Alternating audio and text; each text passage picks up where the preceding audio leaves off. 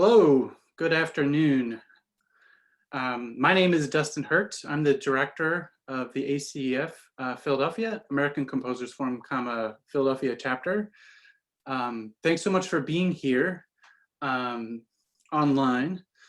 There's a little bit of an irony in today's program because we're going to talk about the opportunities and the need for performance opportunities in real life.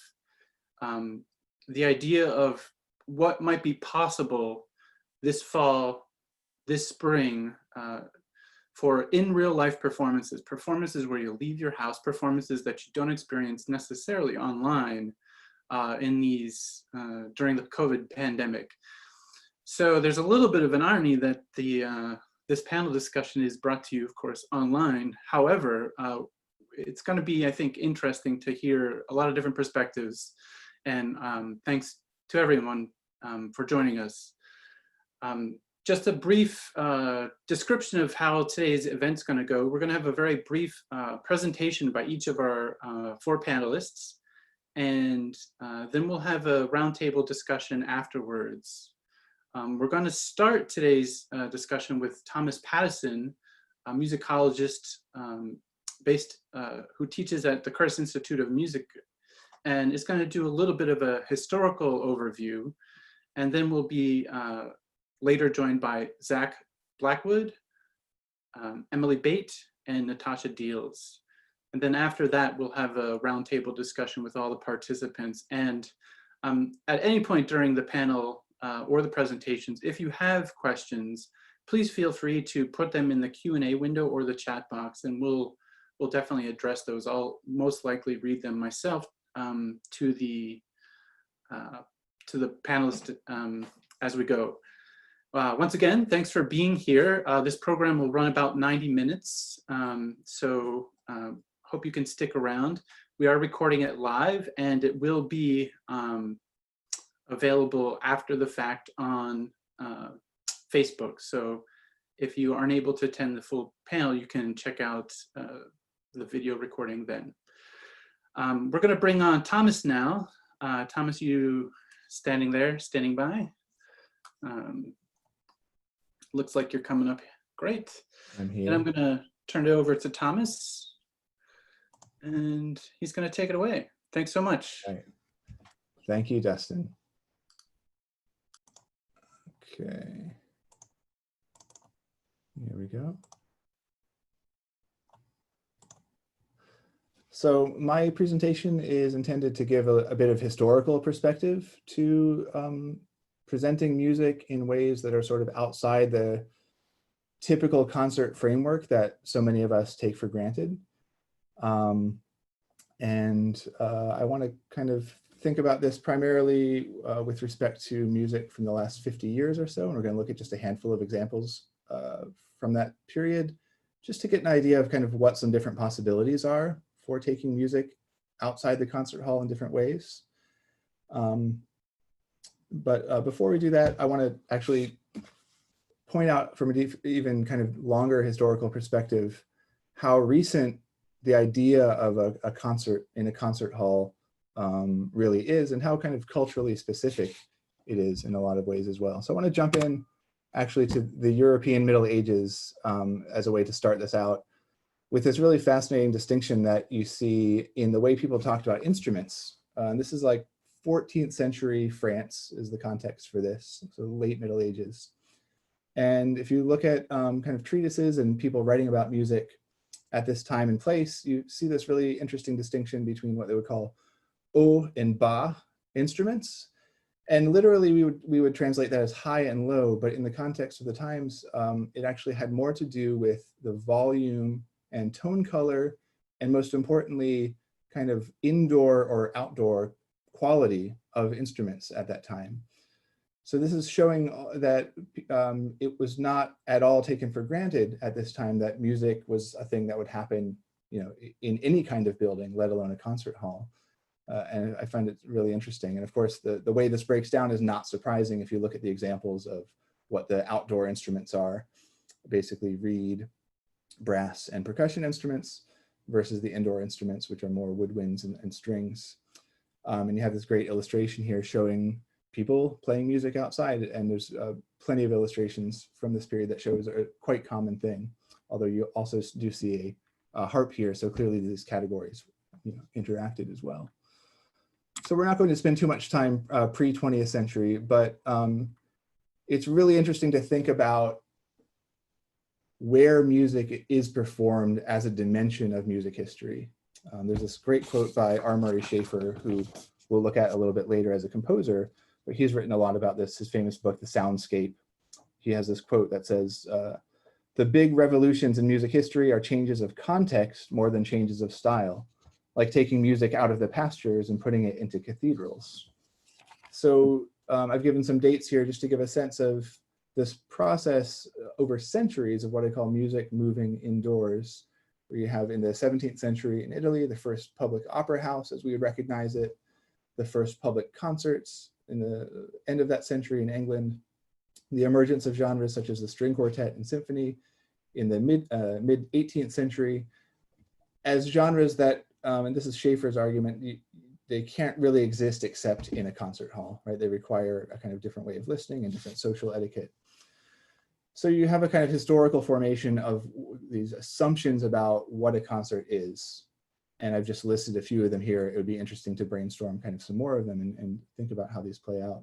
But the assumptions are that it's at a fixed location, a fixed time, that performers and listeners are separate, separate both in terms of social roles. They're separate people. There's some people who play and some people who listen, and separate also spatially. So there's performers on stage and people sitting and listening. And music is set off from everyday life, both in an architectural sense, but also in a more kind of symbolic sense, that concert halls look like temples, and there's the sense that music is something apart from the day-to-day life happening on the street, as you see in this great image from the 18th century.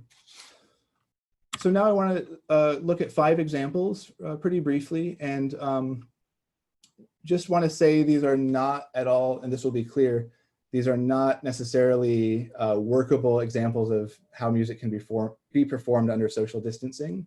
They're more a set of possibilities and kind of starting points for that, for contemporary practice. And you'll see it varies with each example.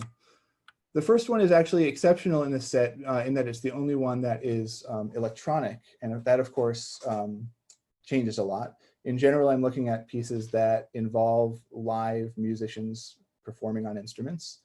But this example, Drive-In Music by the sound artist Max Neuhaus, is all electronic. And it's basically what we now call an installation or site-specific kind of piece. There's 20 radio transmitters in trees along a stretch of the Lincoln Parkway in Buffalo, New York. And they are set up in seven different zones along the street, so that as you drive through in your car, based on how quickly you're driving, the direction you're driving, and then other more subtle variables, you basically get a different mix of electronic sounds that are being created on site by Neuhaus using electronic oscillators. So very sadly, we don't have any video or audio documentation of this piece, but we do have this image, which lets you see these colored lines indicate the different zones, and you get a sense of kind of spatially how it's set up and how you might kind of move through this sound space in your car. The next example is from the German composer Karl-Heinz Stockhausen from 1971. It's called Sternklang, or Star Sound. And this is an example of what the composer called park music. It's for 5 groups of musicians distributed in the space of a park or outdoor space, separated by quite long distances, typically about 70 meters. Stockhausen is very specific about the conditions that he wants this piece to be performed under, which is pretty typical for him. Although it's interesting to note, he did later approve an indoor version of this, I think about a decade later, so there's some flexibility. So in a piece like this, where you have musicians outdoors playing together, obviously a big question that comes up is, how do they coordinate? And in this piece, Stockhausen solves that through 2 basic ways. The first is using what he called sound runners. So these are literally musicians who run between the groups, carrying musical patterns to communicate from one group to the next that the texture is now changing. And the other way that he does this is using a percussionist who's kind of in the middle of all 5 groups and audible to all 5 groups, who basically synchronizes them with percussion instruments throughout the piece. So on the next slide, I have on the left a kind of diagram showing a possible realization in a park of this piece. You see the 5 Roman numerals representing the 5 groups, and on the right, an excerpt from the score. All right, next I'm going to new share, give you a little excerpt of this piece. This is a pretty recent performance done in Stuttgart in 2010.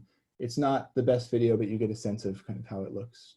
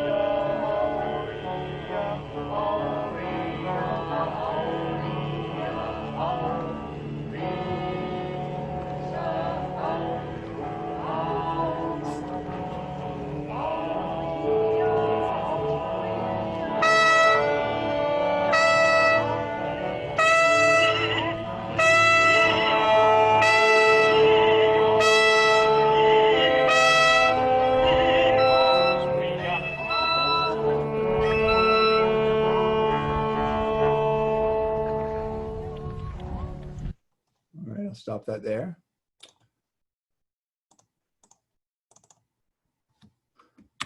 The next example, and this is interestingly from the same year, is by Pauline Oliveros, a piece or a set of pieces called Sonic Meditations. This is a set of 25 text scores written for an all-women's group that Oliveros had been working with for about 2 years before the publication of this score. And these are really quite radical pieces and different from the rest of the pieces that we're talking about, because they require no musical expertise, no ability to read music, things like that, although they do require a rather intensive group rehearsal. And only a few of the sonic meditations specifically call for an outdoor space, but in my experience, really all of them shouldn't be performed in a concert hall. They lend themselves to either outdoor or kind of unconventional settings in one way or another. And there's also a bit of a performance practice for them being performed outdoors, including a related piece, the tuning meditation by Oliveros, was performed by 6,000 people at the Michigan Women's Music Festival in 1989. So I have an example of that now to play for you. And this is a performance from Mexico City in 2012.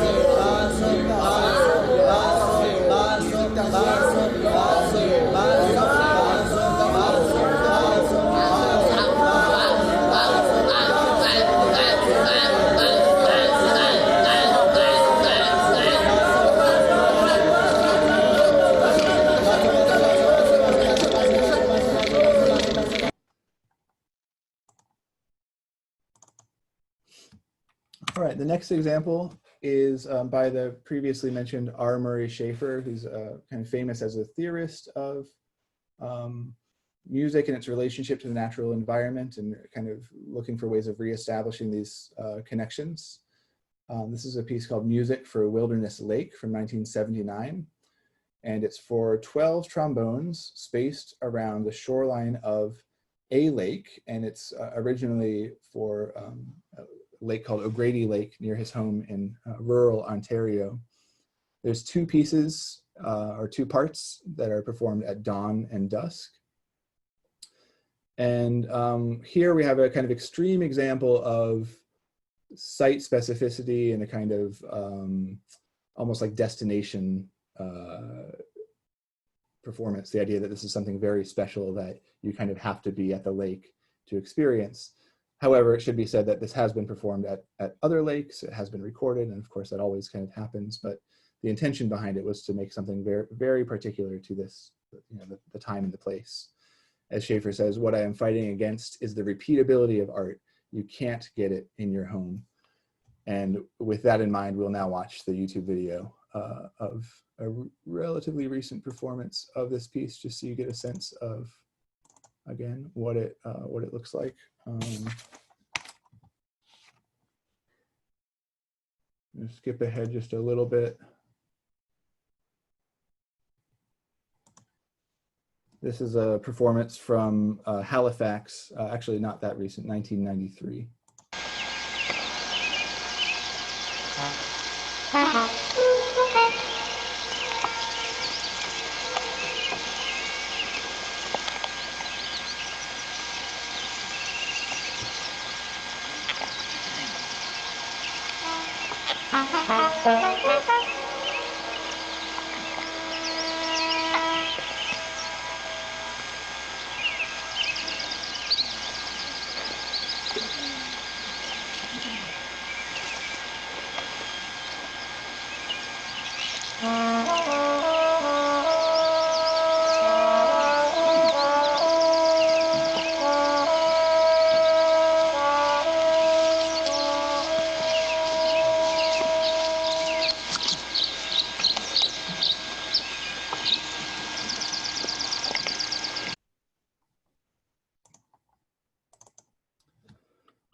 The final example is actually a relatively recent piece called Sonic Genome by the composer Anthony Braxton. So this has begun in 2003 and, as I understand, sort of ongoing.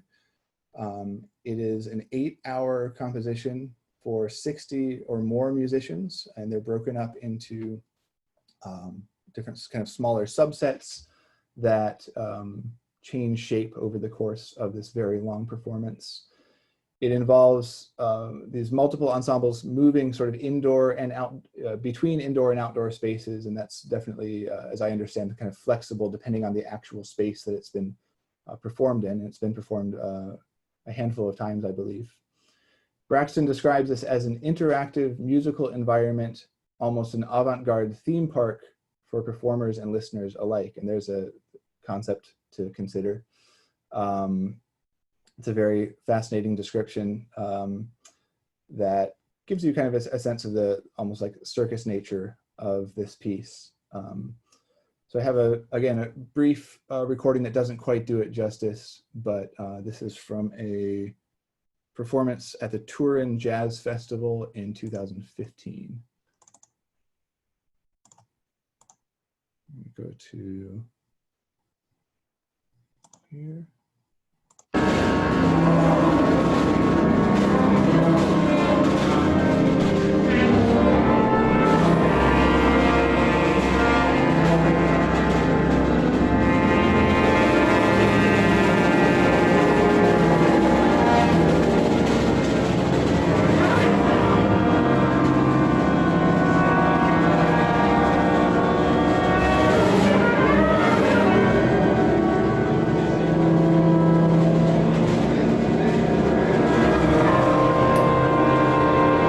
I'm going to skip ahead so you can see the outdoor part.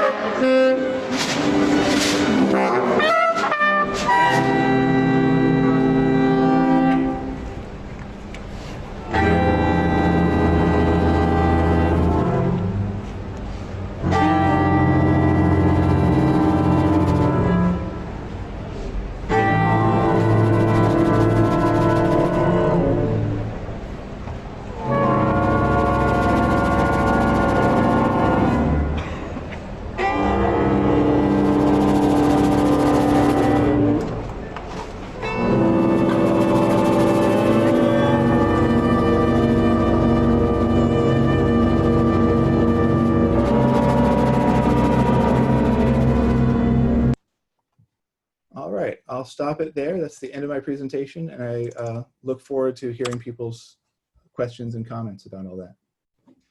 Yeah, thanks so much, Thomas. We're gonna actually go straight to Zach, but this is I think this is a great example of you know, where there's so many possibilities, where there's so many examples of things in the past, and also none of them are quite perfect for what we're headed into.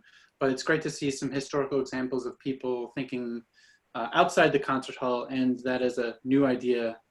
We're going to turn it over to Zach, who his bio is on the website, so you can read in full. I'll share the, he sort of came onto my radar as he's one of the two artistic producers at Fringe Arts, and they've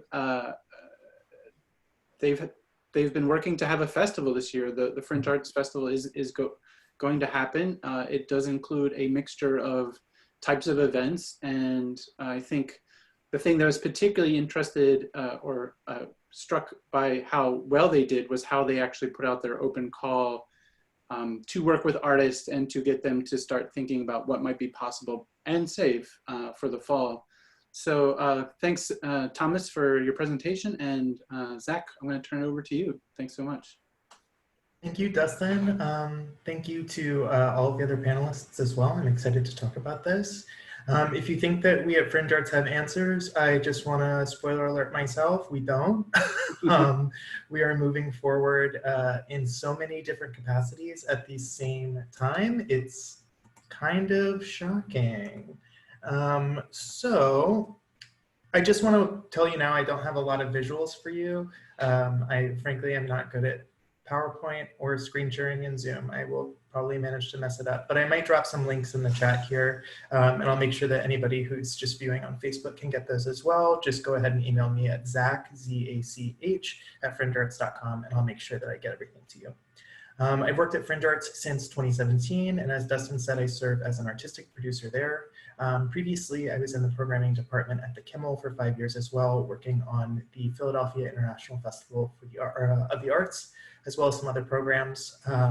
At both institutions, I've really specialized in large-scale public practice work, as well as residency platforms and just broadly contemporary performance curation. I say that to say that everything I've ever trained for and all of the capacities in which I've developed my skills have all been predicated on my role as a person who's meant to facilitate mediated encounters between audiences and artists. So what do I do now, right? There's this dense membrane in that relationship that's predicated on the safety for all of us, and especially those most vulnerable among us.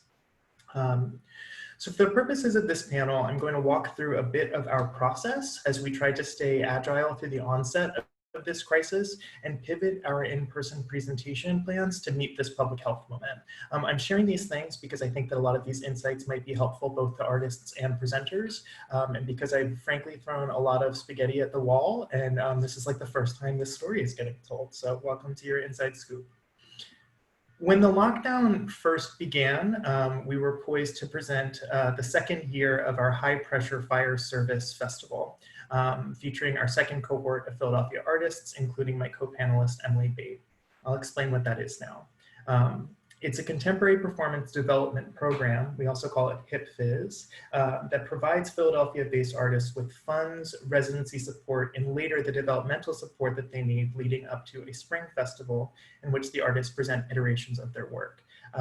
That is to say that these are long relationships. We're talking about 1.5 years of development time, and the precipitous way that the pandemic began here in Pennsylvania had a much deeper impact on these artists compared to some other touring works and presentations.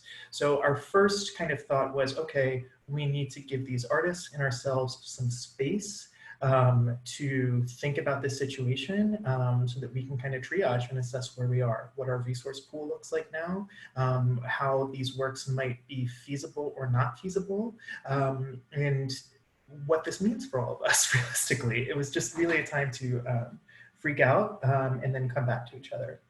Our chief concerns at that time were directing some funds to artists as soon as possible, knowing that there were other kinds of challenges swirling around that were impacting everyone's income.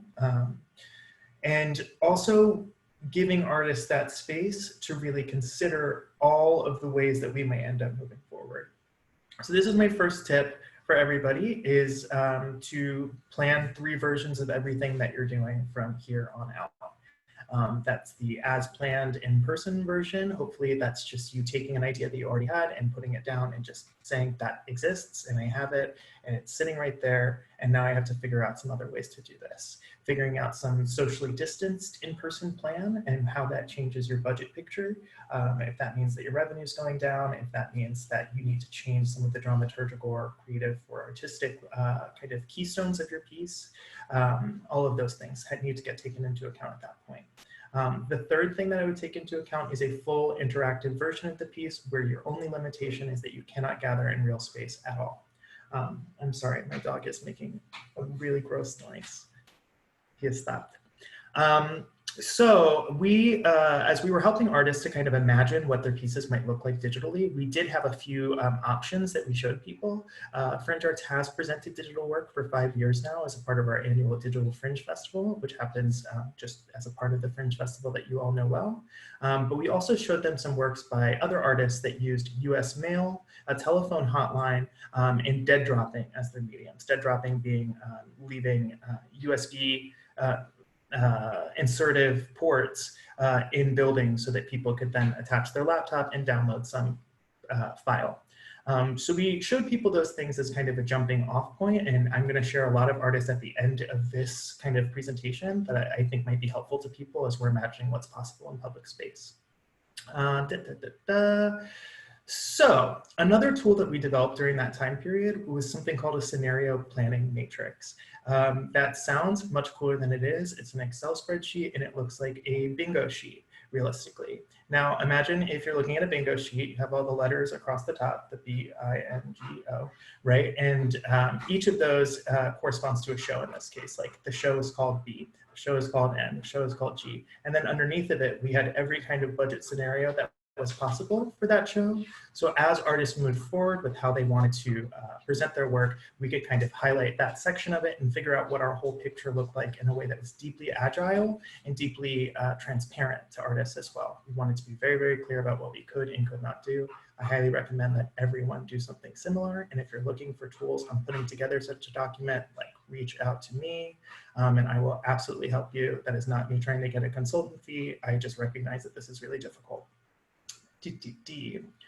Also during that time period, we launched an internal health and safety task force. I would definitely recommend doing that for everybody, for any individual artistic project that you're doing, as well as for any organization or any kind of ensemble that you're a part of. Basically what it is it's an agreement that says, these are the things that we move forward on, these are the things that we don't move forward on, and this is how often it's updated. For us, it is every single day. An email goes out at the top of the morning that says we are moving forward or not moving forward with all works based off what we know about contraction rates in Philadelphia. That's also something that I'd be happy to share with you. Okay, so that was process. Those are kind of the things that we are doing as we move through these things to make sure that we're continuing to privilege health, safety, and access.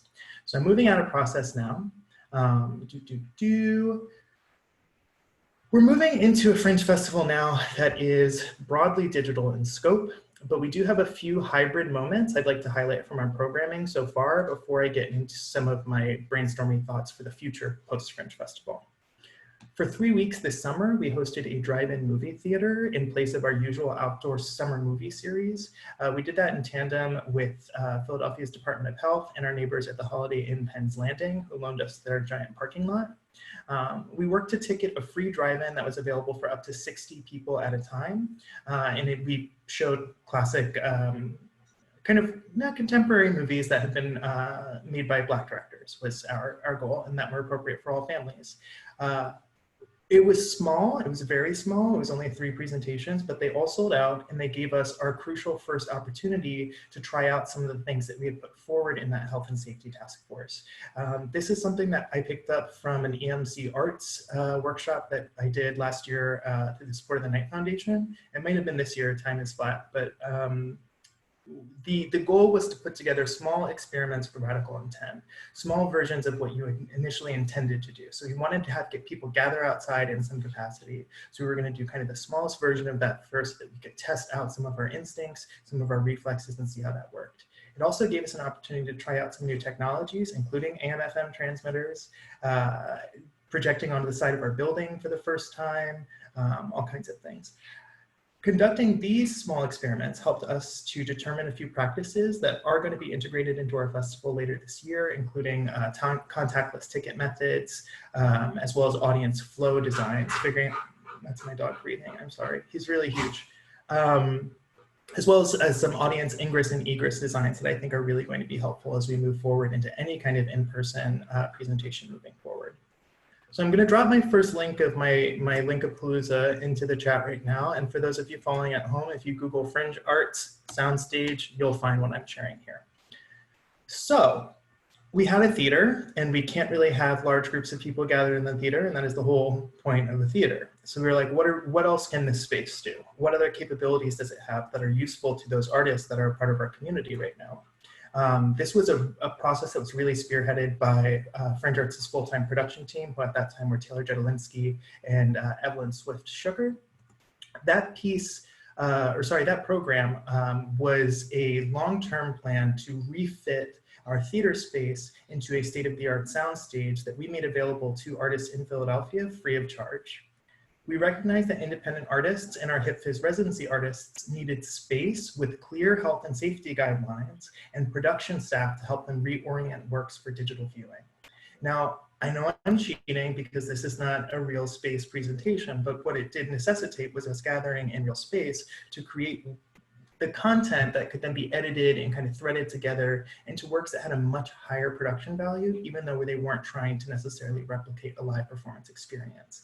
We've had a lot of really cool video art. We've had some short films made on our soundstage, and it is still open for people who want to participate. Reach out to me and I will figure out some way to get you involved.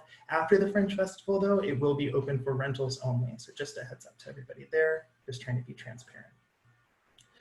So these works weren't intended for in-person performances, but it did provide a valuable stopgap for this period. This is mostly started about 3 weeks ago and is continuing now, while these artists are trying to produce content and get ready for their independent artist shows in the Fringe Festival. That program has been running in earnest for over 3 weeks now and is deeply successful. So I'm feeling really good about that.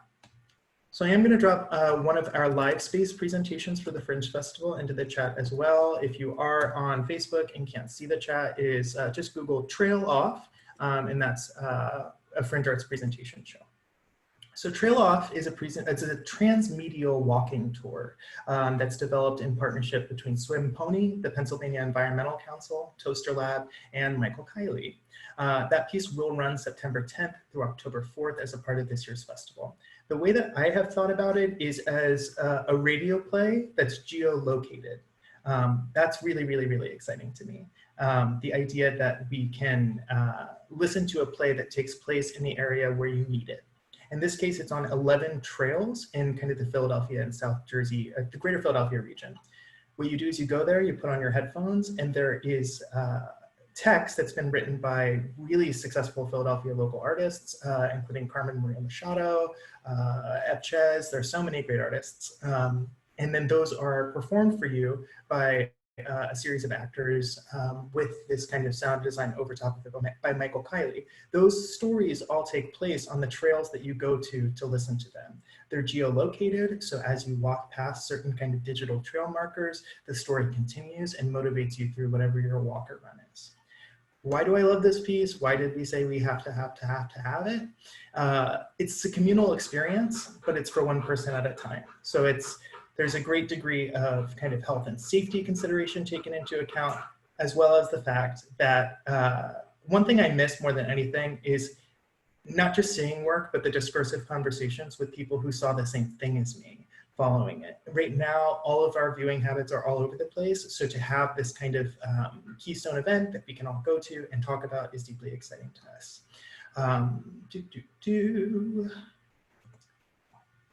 So As I'm reimagining what might be possible for a concert environment moving past the Fringe Festival, I'm certainly drawn to some of the same kind of like vernacular programming inspirations or reflexes that Thomas had talked about, thinking about carnivals, fairs, block parties.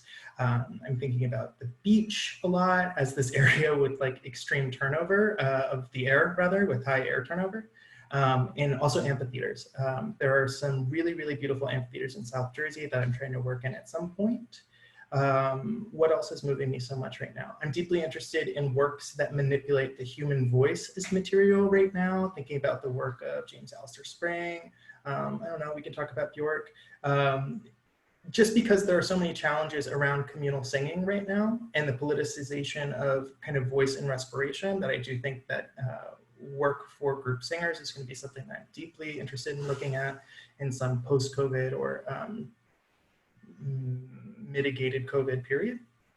The drive-in concept, I have to say, like as much as it is taking hold and saturating the field, it is one of these really, really cool experiential ways where it feels like the social distancing is germane to the audience experience. I'm going to share an artist here. And this time I will share it with all panelists and attendees. Thank you so much to Dustin and Andy for fixing that for me.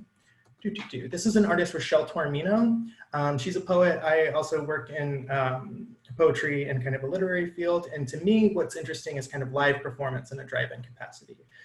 Rochelle was the only person kind of outside of a vehicle and was up on top of a car announcing her full-length poetry book, That X, through AM/FM transmitters and also with a big microphone and a PA system. It was really, really cool because it's not a program that you're used to seeing in that orientation, and I highly recommend that people look at those things. And we're happy, of course, at Fringe to share our experience with working in a kind of drive-through medium so far. I'm deeply interested in large-scale public installative work, thinking about a piece that sits in a space and people can come see it in some kind of throttled, mitigated fashion. And when I'm looking for inspiration about work like this, I hope that this is helpful to everybody. I think it might be. You should definitely check out the In Situ Network. They're a European network of artists who work in public space. I worked with them a lot when I was at the Kimmel. And there are opportunities for collaborators there. There are American artists, there are artists from all over Europe as well, who really have been thinking about how to complicate and challenge our relationships with public space. So I'm sharing that with everybody, and I'm just going to talk about two quick artists from that group who I have worked with or am excited to work with again in the future. Gob Squad is the first. Their work, Super Night Shot, is something that you should look up, and that is all available in the In Situ doc. The way that that works is it begins in a theater environment, but I don't think that it has to. And these artists then leave. They all go out and they have cameras that are attached to their heads, and they all have live feeds of them recording the city in which the show is being presented. They run around, they're collecting all this material for about an hour, and what we watch as the audience in this theater, in this viewing space, is the individual feeds of these people. At the end of the hour, they are returned to the theater and they cut together a movie unbelievably quick of the experience that they had in that city. I think that's really, really interesting. It'd be hard to get them here from the UK at this time, but I do think that there are impulses there that we could look at, both in terms of the idea of playing with individuals, knowing that we're socially distanced right now. What does it look like to have a bunch of people create small bits of content that are then threaded together as an actual performance? That's something that I'm deeply thinking about. I don't think that counts as ripping people off if you think about it very, very hard first. Another piece that I'm thinking about a lot is Anne Carlson's Symphonic Body. That piece is really interesting as it's performed in traditional kind of Western orchestra forms, like in arcs. I'm so sorry, I don't work primarily in music. I play tenor saxophone, that's how you know. So you gather in all these arcs, but instead of playing any music, people perform the gestures of each other. So they're taught small dance moves that are pulled from the vernacular gestures of the entire ensemble, and then they perform them together. There is a capacity to do that as a smaller group of people, and I am interested in what it looks like to bring some of these traditional kind of concert hall forms and kind of aesthetics outside into spaces right now. So yeah, those are most of my brainstorming ideas for now. I will leave you all with that, I think. I would also recommend that everyone keep a close eye on Brooklyn-based artist collective, The Team. They have a live in-person piece that's going up this week. It's called Quince. It's a piece about quinceañeras. And they have really integrated a lot of the social distancing guidelines into the character of the show, giving people custom-made masks that integrate with things that happen in the show, and really using the outdoor environment fully as the set for the piece, like entirely. It is not a piece that was meant for inside and taken outside. It was designed for that environment. And beyond that, I just want to plug the Fringe Festival is happening September 10th through October 4th. Join or renew your membership now. It's just deeply important. I don't know how else to tell you all that it's been a really tough year, and we would deeply appreciate your support. One thing that's exciting about us moving mostly digital is you can call up your cousin in San Diego now and tell them, like, hey, I know that you love weird things. I know that you are a culturally curious person. Get out here to Fringe Arts and have a lovely time. And beyond that, I will caution all of you, not caution, I guess, encourage all of you to look at what parts of this movement, what parts of our kind of panic response to this movement we can systematize. And I do think, as much as moving online has been painful, and I want to hold the grief for live performance, there are massive, massive opportunities here to increase the volume of people that have access to the work that we do. So if there is a live stream opportunity and you've bought all of this stuff, keep it and try and figure out what your access program looks like. Try and figure out how more people can see your work with this. You know, these don't just have to be stopgaps. They can be things that we systematize moving forward. So thanks so much. Thank you, Zach. Fantastic. Lots to think about. Lots of different ideas. And, you know, I think I always really enjoy, as a person that comes from music, hearing what's going on in the sort of other disciplines. So it's really great to hear. And I also see in our attendee list, we do have a lot of people that are non-musicians also. So it's a nice interdisciplinary mix of folks. Meredith, I see your question. We're going to come back to that, but that's a great question. We're going to roll along a little bit here. Next up, we're going to welcome Emily, and after Emily will be Natacha. This is a little bit of a shift in the conversation. I wanted to hear sort of perspectives from a couple of composers on this panel, composers that I know have a habit of working both outside of the concert hall kind of traditional format and have been doing some work, you know, digital work and online work. So this is sort of an opportunity for them to share a little bit about what they are working on recently. And then we can we'll jump into, you know, the conversation a little bit in terms of thinking about what is possible. But first, we're going to welcome Emily Bate, a fantastic Philadelphia composer, probably known to a lot of you, and she's going to share a little bit about her work. Welcome, Emily.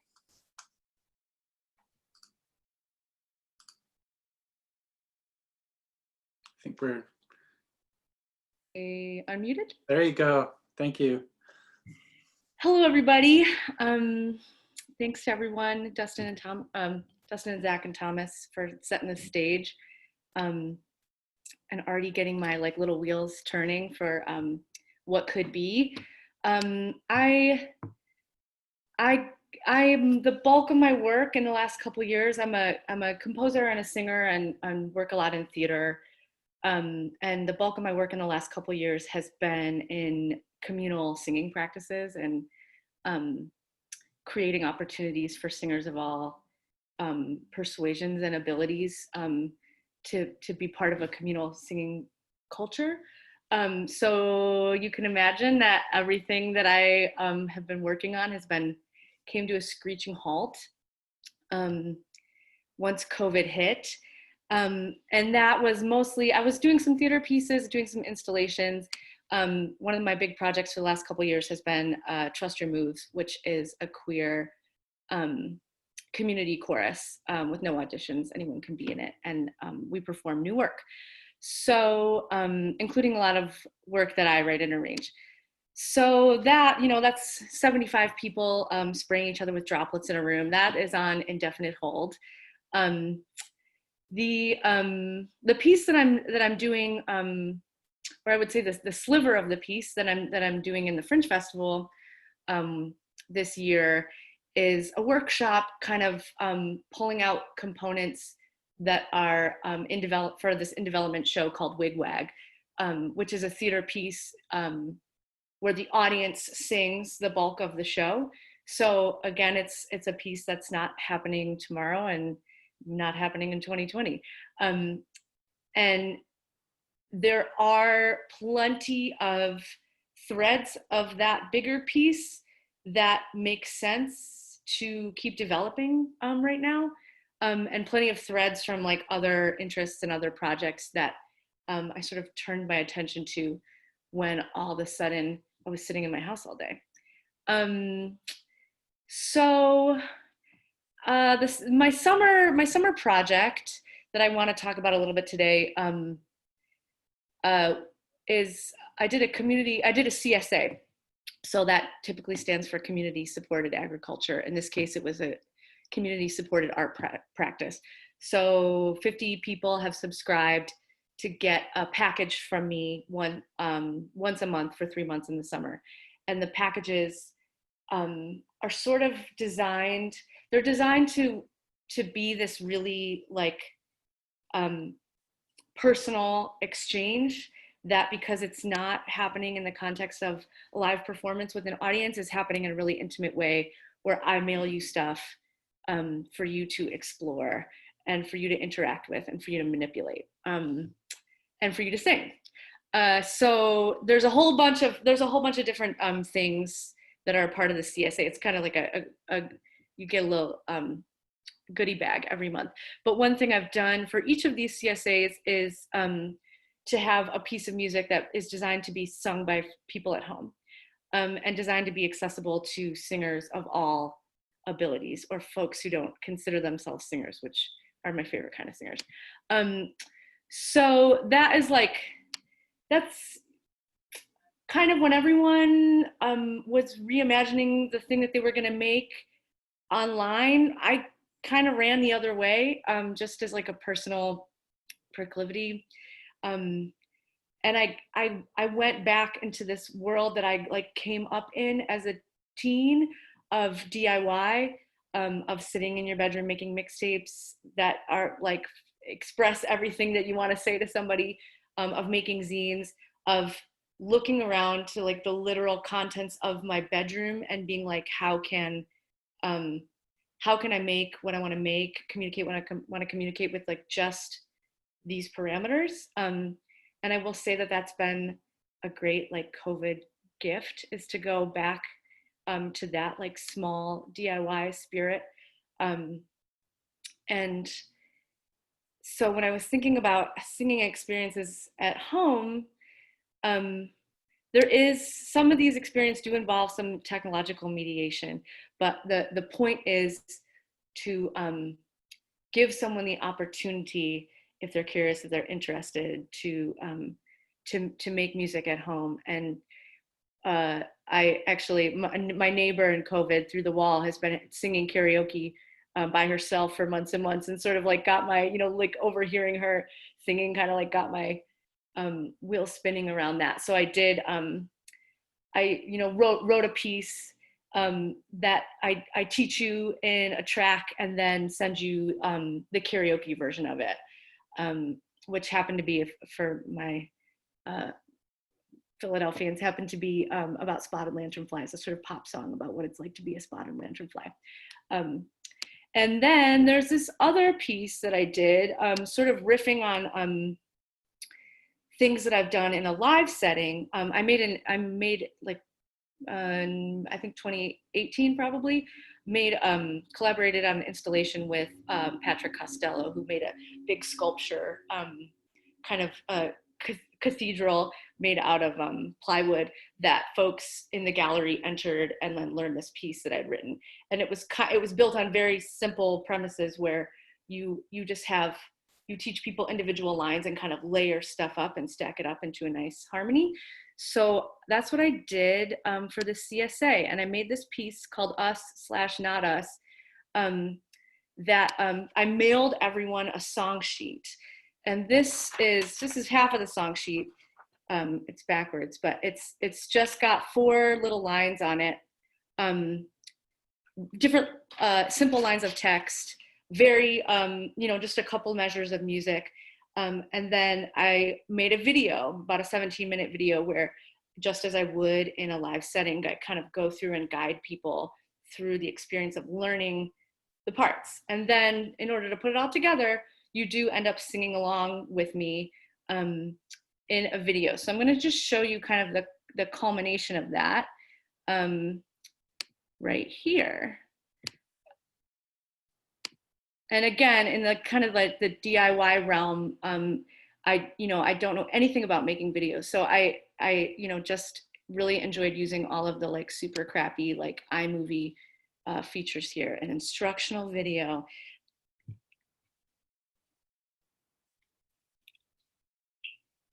Hey everybody, welcome to your instructional video for the song Us/Not Us.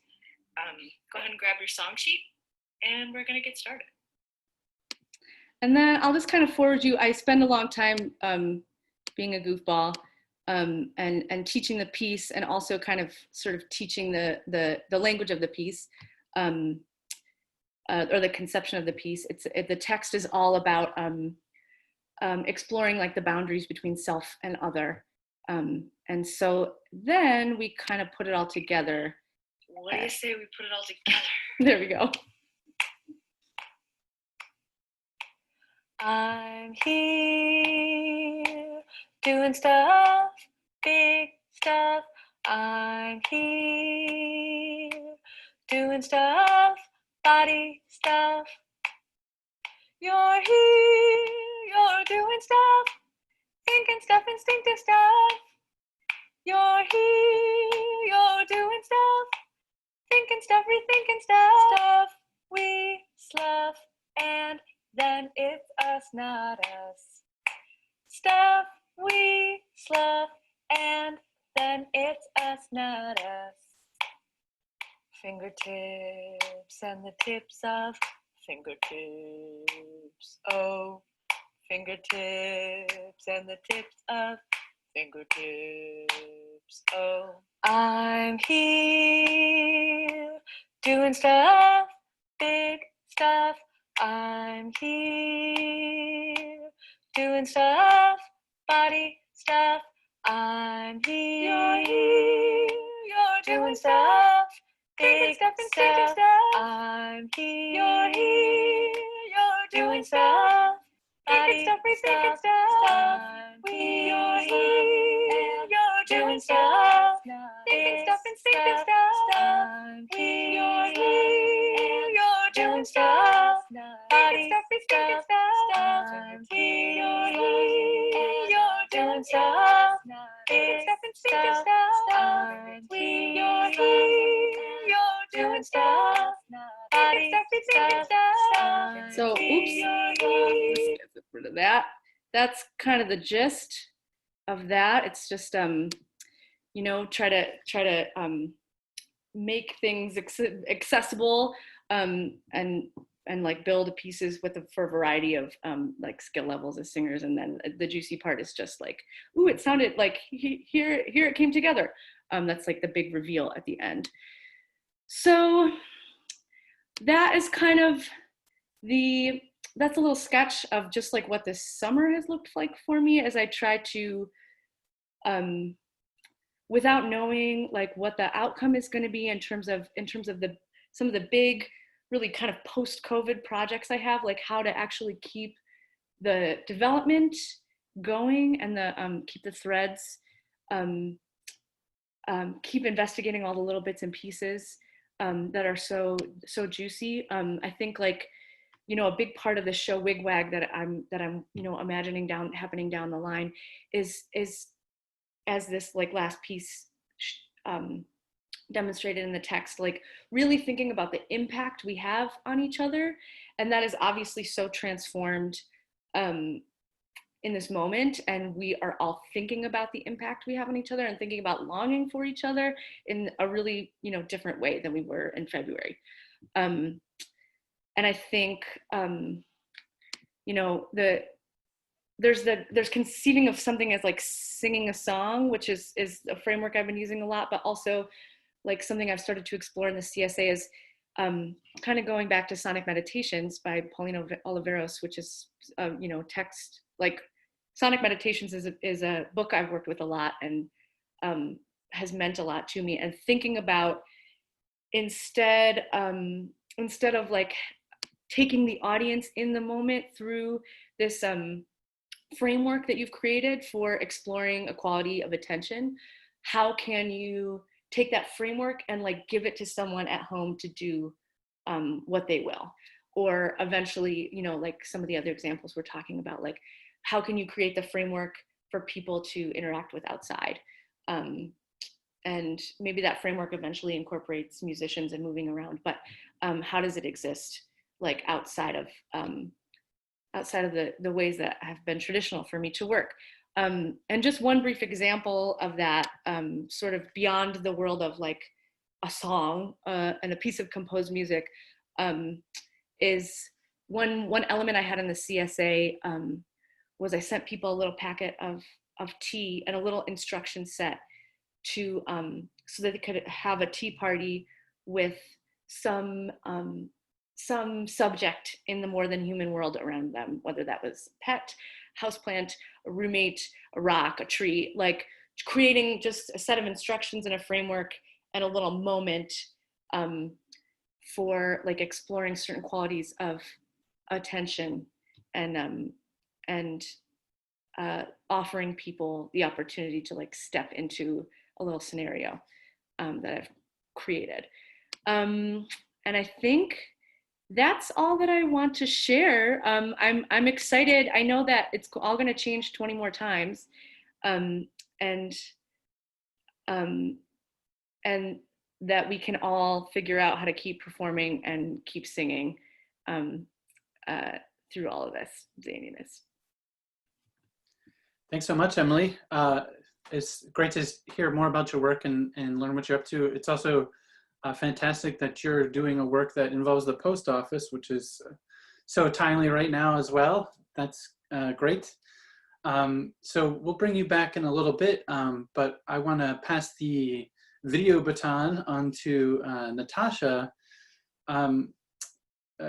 Again, Natacha's longer bio is available on our website, but I'll just share briefly that in case you have not heard, we're very lucky to have Natacha now as a Philadelphia resident, newly joining the faculty of UPenn Music Department. And were we able to meet in person, we might be able to all go to a concert in person of her work soon, but maybe that'll be something we'll have in the near future. I'll just turn it over to Natacha again, who has been, her work has split between concert hall work online or sort of digital, but also work that is outside the traditional concert hall. And I've just asked her to share a few things about her current work before we go into just a more general conversation. So I'll turn it over to Natacha now. Thanks, Dustin, and thanks so much, everybody. It's been so great to hear what everybody's thinking about and doing, and nice to be in this place with you all. So what I wanted to share today was, I actually collected kind of a lot of things to share, but I'm going to stick with just a few things in the interest of time, and I think it makes sense in the context of everything. So I'm going to share a project that I've been working on, and then I want to share two of my favorite things that have been made throughout the course of this pandemic. I think something that a lot of us are trying to do as like art makers is to capture this moment in addition to just trying to get through the moment. And I think these two works that I'm going to share, in addition to the one of mine that I'm going to share, really kind of capture the moment in a way that is very beautiful, I think. I'm going to share my own work first, since it's the one that I'm hopefully most familiar with. And so this project is a project I've been working on with the Jack Quartet actually for a couple of years. And my recent work involves a lot of video. And this particular project is a project that has a dual life as a series of TV style miniseries and as live performance. And so the pandemic hit, well, New York went into lockdown the week that we were supposed to record episode 2. And so what we decided to do was to transfer all of that work to private apartment phone videos, and that just having everybody record their own parts individually. And I want to share just kind of a trailer that I ended up making with all of that material. I ended up just trying to think of everything that people were doing independently on their own in their own different situations, and also use the material that I had already created for this episode and kind of smash it together. And something that happened that was really interesting throughout the process of this was that it ended up really changing the entire piece. And the piece ended up being about layering and about, you know, double tracking with a lot of different audio tracks, and also doing that with video techniques. And it was cool. I mean, I was really happy that it ended up changing the piece in that way. I'm also really happy that, so just kind of echoing off the Fringe Festival, there's a festival in New York called Timespans Festival that has moved to a different format where they have refocused their resources on producing video pieces of the ones that they were going, of a number of pieces that they were going to produce live, including another episode of this series that I'm going to show you a little trailer from. And I've also noticed that there's been, you know, that's been one approach for a lot of presenters, is to refocus their energies into producing high quality video works, which I think is really cool. In addition to the, you know, I think it's also really fantastic to try to preserve the live performance in this way. It was great to hear what Zach said about Fringe Festival. So I'm going to share this little sort of trailer of this episode. And yeah, here it is. So this is just a couple minutes, minute and a half.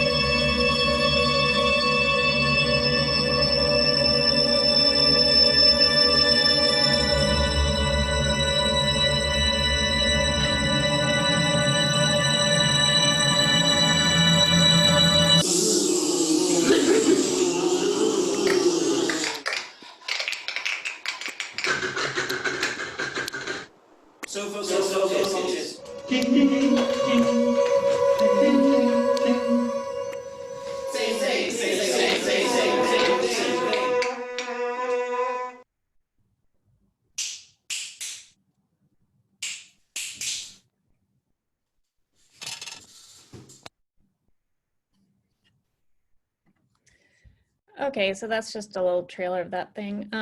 Something that was really fun that I got to experience from putting all that together was to see, because I had them perform these pieces of music that I wrote for them 10 times over, once every day. Well, they skipped some days, but ideally like once every day, and then just to see how it changed over the course of those 10 days, and also to see how kind of how people practice, and seeing that on video. That was a really unexpected entertainment for me. So the next thing I want to share is this project that the composer Cenk Ergin made. He sent out a little snippet of musical material to I think 50 of his friends, and asked them to respond to it in a very brief way using their cell phones or cameras, or I mean, yeah, cell phones, to either record video or audio or both. Oh no, sorry, it was just audio. And then he compiled all the material that he received into this longer track. And I just wanted to play some of that for you guys also. It's called Amore Vieni for Isolated Ensemble. And oh, I just want to read a little snip. So he says, each recorded without hearing others, most often on their phones. I made this piece using all recordings in their entirety without any editing or manipulation. My goal was to create a picture and sound of this crazy and sad time, made up of isolated moments from the lives and homes of friends I dearly love.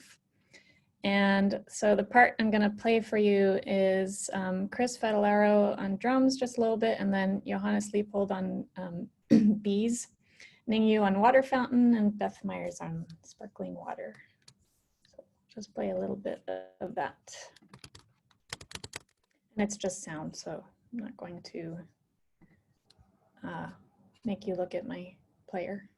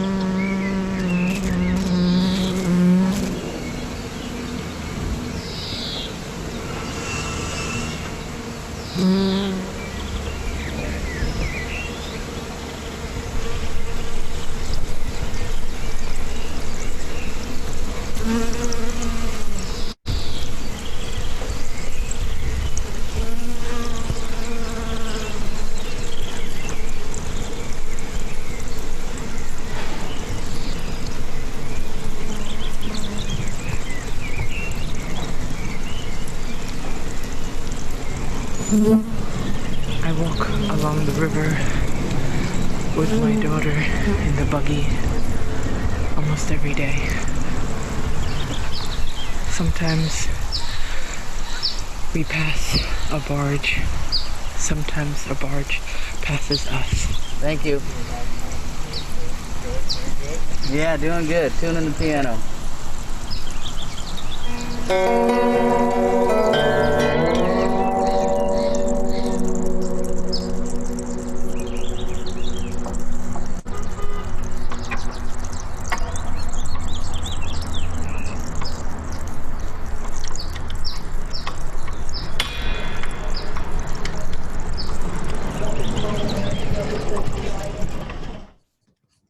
So that piece is 18 minutes long, but so I can't play it all for you now, but I really encourage you guys to listen to that whole piece. It's really beautiful. And then the last thing I wanted to share with you is, so something else that I've learned is that there's a few people, a lucky few people, I don't know if they're lucky, or I guess we're all lucky and not lucky, but there's some people whose practices have kind of been enhanced by isolation, or, you know, they've been working in isolation mode already and have produced work that fits very neatly into isolation mode, and also is still capturing that moment of isolation. And so I'm thinking of one of my students whose work I'm not going to share today, but I'll include a link to what he's been doing. And then somebody else who recently moved, is a recent transplant to Philadelphia, the composer Brian Jacobs, works with mechanical instruments. And often they include performers, but he's also been working with just mechanical instruments operating on their own without performers. And he made this piece in April that was for 12 mechanically controlled slide whistles. That is another incredibly beautiful piece that I feel like is really capturing this moment that we're in now. So I just want to play a little bit of that, and it's another long one, so unfortunately I can't play it all, but I will also drop that link in the chat.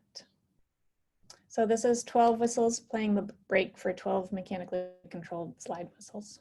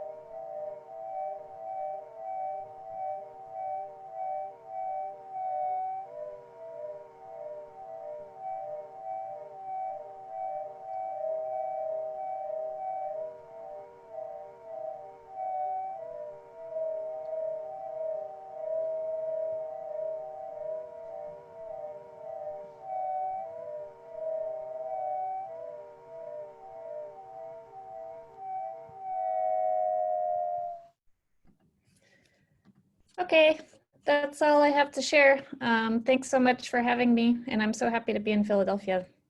Yay. Thanks so much, Natasha. That's a great contrast to the other things and the really, I think, poignant examples of creativity and the sort of when there's creative or practical restrictions, the creativity that can bloom out of that.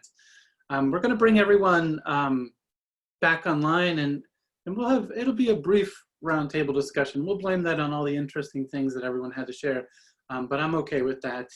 We're going to bring everyone back in, and I think, you know, maybe just to start off, I think, you know, the thing that as a concert producer, you know, the things that I've been thinking about, both as I'm longing and thinking about what is missing, but also thinking ahead to like what we might do instead.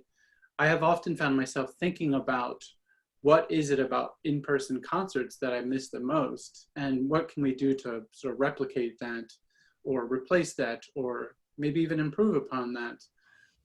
So for me, it's really the communal nature of it, almost the procedure of a concert. I really find a lot of comfort in, and I think there's a lot of ways to recreate that in other ways, the shared experience of an event.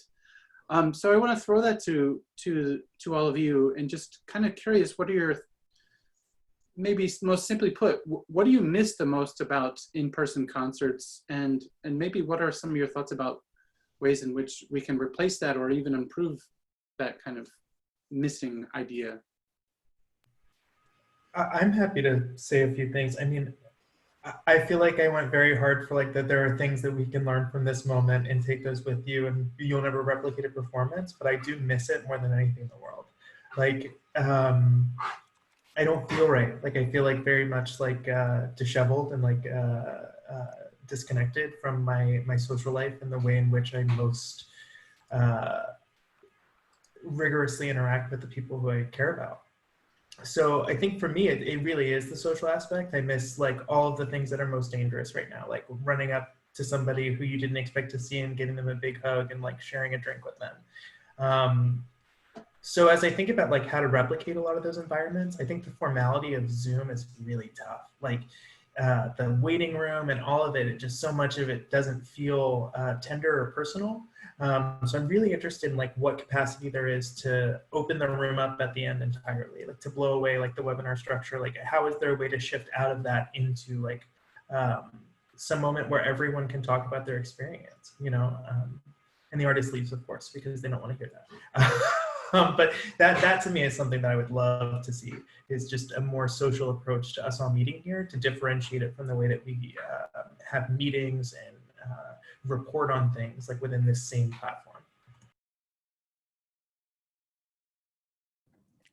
I have something to say about the social aspect of, I totally agree with you that the social thing on Zoom is terrible, but I did recently start participating in a weekly karaoke session. That's actually been really fun.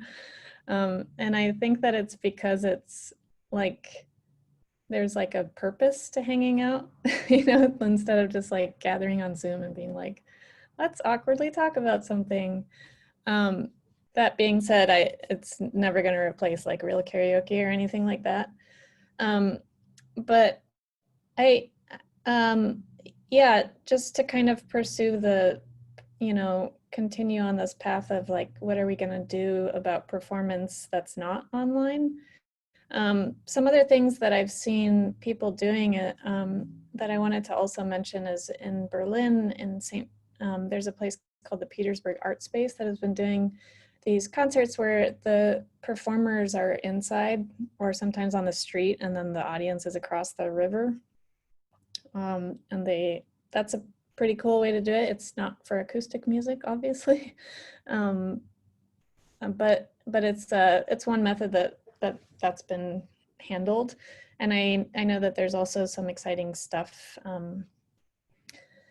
happening this winter out of New York. Some of the festivals are going to be doing some cool things to try to, you know, still trying to accommodate social distancing and stuff, but still trying to have live performance, because I think we're all pretty done with the, the online performance thing. I think we can all agree with that, at least.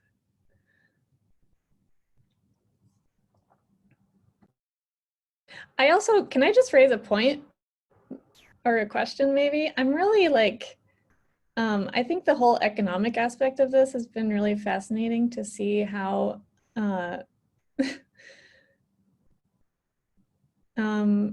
guess how messed up the economy of the arts is, because everything has been free for the last 5 months, you know, like everything online has been free. And that's cool. Like I'm all for everything being free, and I think we should do away with money, but you know, it's not that cool. Because it just kind of means that everything can be free, and that seems like a really complicated thing. The flip side of that is that a lot of like big institutions like the Berlin Philharmonic have had all of their online concerts be free for the last 3 months, which has been amazing to like check that stuff out. But I just think that's like another interesting thing to talk about. And it's like, why don't we just move to, you know, if it only makes sense if there's like a salary-based approach to artists' income, that we can keep doing online programming in this way, because nobody's going to pay for it, but you know, the work still costs money, and people still have to make money to do it. I don't know, just wanted to throw that out there. Absolutely. Yeah. In building some of these show budgets, I'll just say this quickly, like in building some of our show budgets, it sometimes costs a lot more to take a show digitally. When you're now talking about rehearsing a different piece, you know, and all of the new developmental time that comes into the picture now. The funders aren't doing everything that I would like for them to be doing. I'm just going to say it, and maybe I'll get in trouble, but it's been a really tough period. And there's been a lot of focus on like, oh, you can use project-based funds in other ways, but that's not meeting the mark for a lot of institutions. I think a lot of institutions, and especially a lot of independent artists who don't have kind of the support of a large funder base, are really like hurting right now. And I don't know what the solution is. I think it's going to be really detrimental to our field. Yeah, absolutely. I think we should make no mistake that the powers that be are using and will use this crisis as an impetus to defund not only the arts, but education across the board, anything that's not basically directly money making. They're saying, well, you can do this all online, right? You don't need classrooms, you don't need concert halls, right? Just do your thing in front of the screen, and there's no money, And so there are obviously, and I agree with what Natacha said, like, yes, and it's great that large institutions are being pressured to make things available as they should, but of course the other effect is that small institutions, which are the real lifeblood of experimental arts, are being, really, really hurt by it. So I think it's really critical that we both be creative about this circumstance and innovate within it, while also not, or resisting the tendency to sort of normalize these conditions and the detrimental aspects.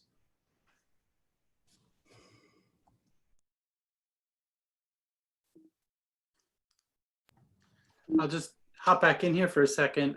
Emily, I wonder if you can talk a little bit more about your CSA model and how maybe sort of that, I guess you can talk about whatever degree you're comfortable with the actual sort of money part, but I'm just sort of your philosophy of approaching it. And I think particularly because you work with a community choir, I think there was a kind of interesting tie-in there, but can you talk a little bit about that? Sure, yeah. I think, yeah, the CSA has been really like creatively rich, and has also like made my life financially possible over the summer. And can you hear me? Yeah. Okay. I was just little, so I didn't know. And that is something I feel like it was easy to be transparent about, like kind of when I was like publicizing that project. And it's really like, it's a time when people who are able to be supportive on an individual basis really feel like they really move from, yeah, I got that email, to like, yes, I'm supporting this artist. Because the context just like is so clear. And I also will say that I found that is true of a lot of institutions that I've interacted with since COVID, have been really a refreshing level of directness about moving resources to artists who really need them.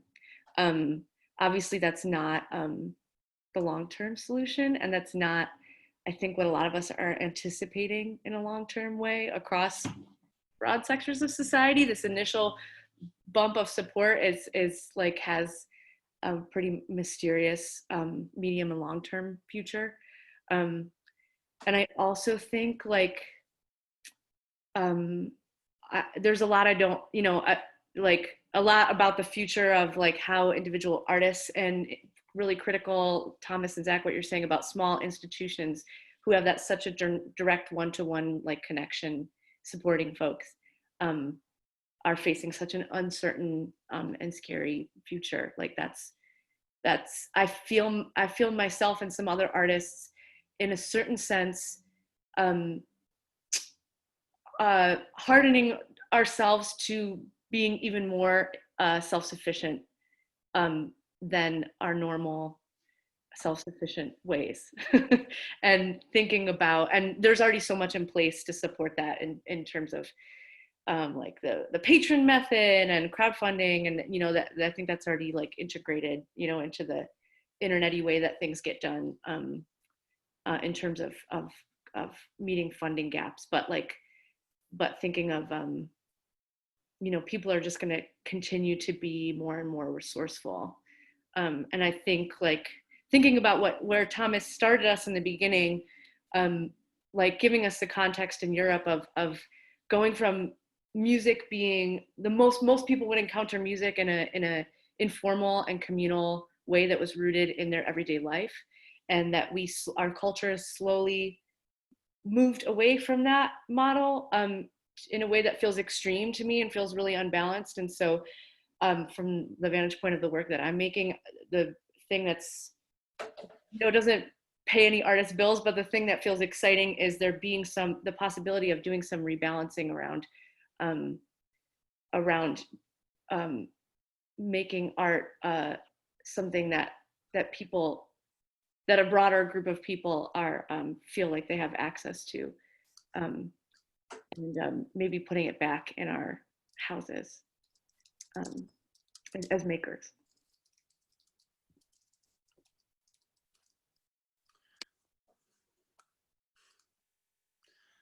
Everyone's so polite. I just wanted to, I had this idea, and I think this is similar to Meredith dropped this question, and this also is something that's facing me as an organizer, and in some sense, I'm thankful for organizations like Fringe Arts that have in a lot of ways taken the vanguard on this. But I think there's a lot of, I think there's simultaneously a lot of desire to imagine what in real life performances might be this fall or this spring. But I think there's also like a lot of, there's a lot, potentially a lot of risk. There's the risk of getting sick and, not necessarily a lot of information about what to do. There's also this kind of funny thing where it seems like we were a lot more afraid of what was going on in the world, a lot more afraid of COVID like 4 or 5 months ago. And now we're sort of, COVID's in some ways much more widespread, but we're like less afraid of it. And I think one of the things that concerns me as a concert organizer or a convener of people is that it's not really clear, what's going to be safe and how quickly things will change. And I think, Zach, you talked about, having to plan everything in multiple ways. And I think that's, that's really great administratively and makes a lot of sense as a curator and as an organizer. I'm curious, like, how does that, what that might be in terms of an artistic challenge or artistic opportunity, especially, we're kind of artists that are like kind of at the outer edge, sort of more experimental, and, indeterminism is a big part of post 1950s kind of artistic practice.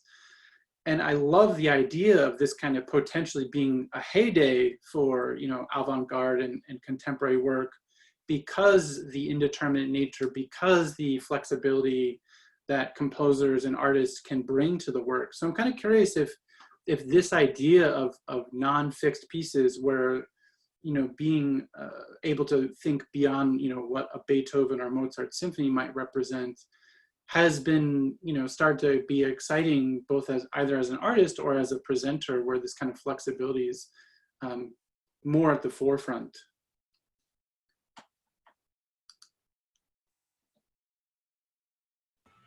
Yeah, go ahead. I would definitely defer to the creatives on the panel, but yeah, I think that's a really cool idea, and there's definitely a tendency in kind of the classical music to get really precious about like what the work is and how specific and particular it is. And I think there's a chance for us to challenge that and to think of, Zach, the spreadsheet that you mentioned, but instead of presentations, those are actual like artworks, which is maybe already what you're talking about. Maybe there's not that much difference, but like, here are all the different ways that this particular composition or whatever you want to call it can be realized. And it's still, still the same thing in some sense. But that's a really, I think, exciting way of using the ferment of this crisis to really reconsider very, very deep ways we have of thinking about art that have kind of painted us into a corner.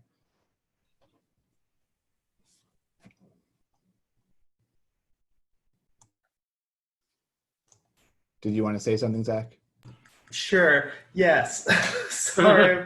I guess Yeah, absolutely. I am full digital native. Like, I love the web, right? And like, I also have my own art making practice. I make a lot of poetry and a lot of alt text for memes. So I kind of lived in like a weird digital space for a while. And I guess one thing is like redefining liveness for myself. Like as a contemporary curator or a contemporary minded individual or something, like we are obsessed with these like, audit the form questions, like why does it need to be in real space? Like what about liveness is live? Like, and one thing that I'm really obsessed with is like, there are so many constituencies of people who gather solely on the internet. That is where they meet, right? There are movements that have been started there. There are works of art that can only be experienced in that environment. And I think it's a tough and painful process to really like think about stripping work to its constituent parts, themes, intended impacts, and then trying to build those things out of a completely different material. It is like an impossible thought exercise, but there's also something exciting about that for me. Like both as a maker and as a curator is playing with like, how can I wear your face now that we're on the internet? Like where is the opportunity to play with deep faking, to play with making something look like something that it's not? Like these levels of theatrical magic and illusion and like misdirection that feel so deeply exciting. And I think part of that is I'm like currently developing a magic show that takes place in a hacked version of the Zoom platform for the Fringe Festival this year. That's the Elephant Room 2. Sorry, we don't call it that anymore. Elephant Room Dust from the Stars. And I hope that you all come see it. But there's a lot that's exciting to me to mine from that environment when I stop looking for what I love about real life performance, because that I can't get that there. Like I can't like be like, oh my gosh, this person in front of me is using the grossest, smelliest shampoo and it's giving me a full headache. I can't have that experience in the internet.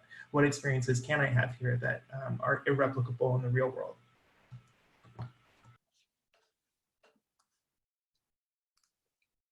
Thanks so much. Emily, Natasha, no pressure, but do you have anything you want to add to that before we wrap up? I want to see a magic show. Fantastic.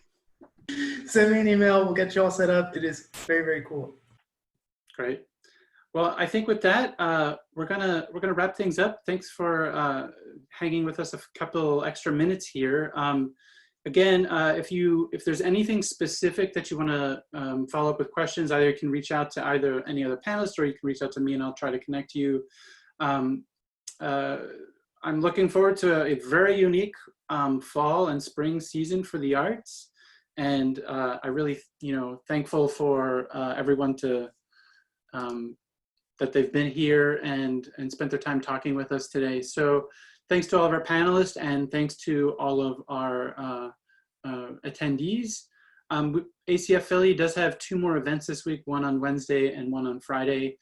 They're in our series that we're co-producing with the Presser Foundation. Check out our website, you'll find out all about that. But that's about it. And so I'm gonna sign off and give a good wave goodbye. All right, thanks everyone, good night.